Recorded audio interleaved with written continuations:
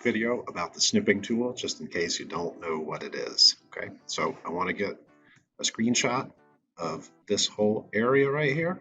The way I do it, I'm going to go up to start. I'll type in snip. The first thing that should come up is snipping tool. If not, you can go ahead and type it out. What I'll do is right click, pin it to my taskbar right here. Okay. So now whenever I need to take a screenshot, click on this.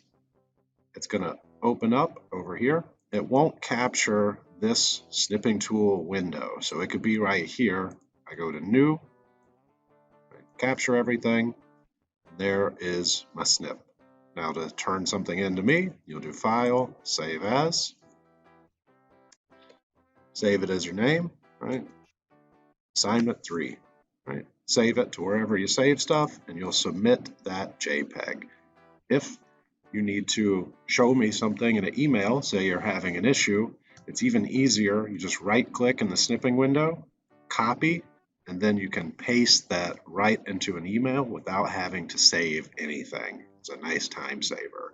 So that's a snipping tool. That's how you'll submit a couple different assignments to me, including this week, assignment 3.